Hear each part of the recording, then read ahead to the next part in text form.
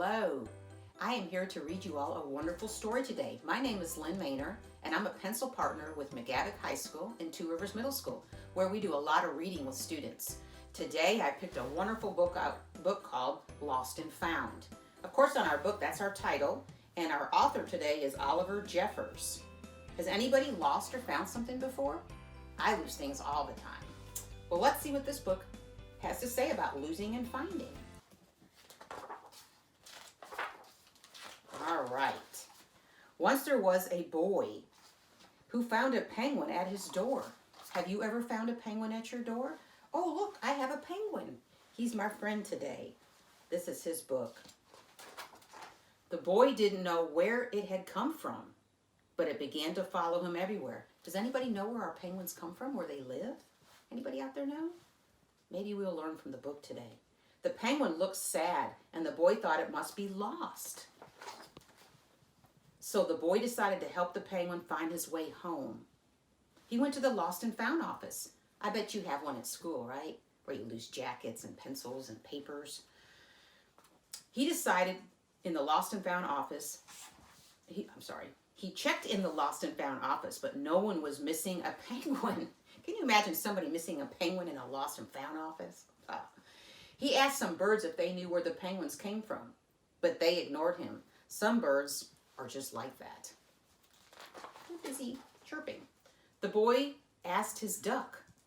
Oh, I have a duck too. Let's ask our duck. Duck, do you know where penguins come from? But the duck floated away and didn't know either.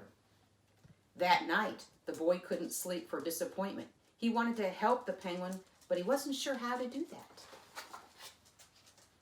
The next morning, he discovered that penguins come from where? The South Pole. How many of you all knew that? But how could he get there? He ran down to the harbor and asked a big ship, well, that is a big ship, isn't it, to take him to the South Pole. But his voice was much too small to be heard over the ship's horn. That little boy down there, the little penguin, gigantic ship. Together, the boy decided he and the penguin would row to the South Pole. Boy, that's going to take him a long time, isn't it? So the boy took his rowboat out and tested it for the size and strength. He told stories to the penguin to help pass the time. Like what we're doing, passing some time by telling stories. Then they packed everything they would need and pushed the rowboat out to sea. There it goes, the rowboat. They rowed south for many days. Look at those waves. And many nights. There was lots of time for stories, and the penguin listened to everyone, so the boy would always tell another one. Look at those gigantic waves. I bet that was scary.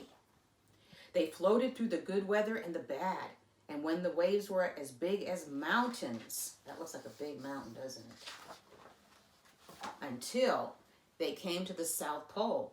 How do you know they're at the South Pole? Oh, look, they have a welcome sign. It says, "Welcome to the South Pole." The boy was delighted, but the penguin said nothing. Suddenly, it looked sad again as the boy helped it out of the boat.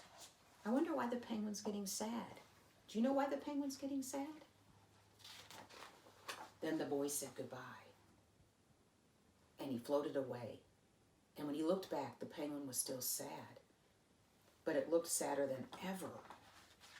I think he's sad because maybe the boy's going away. It felt strange for the boy to be on his own.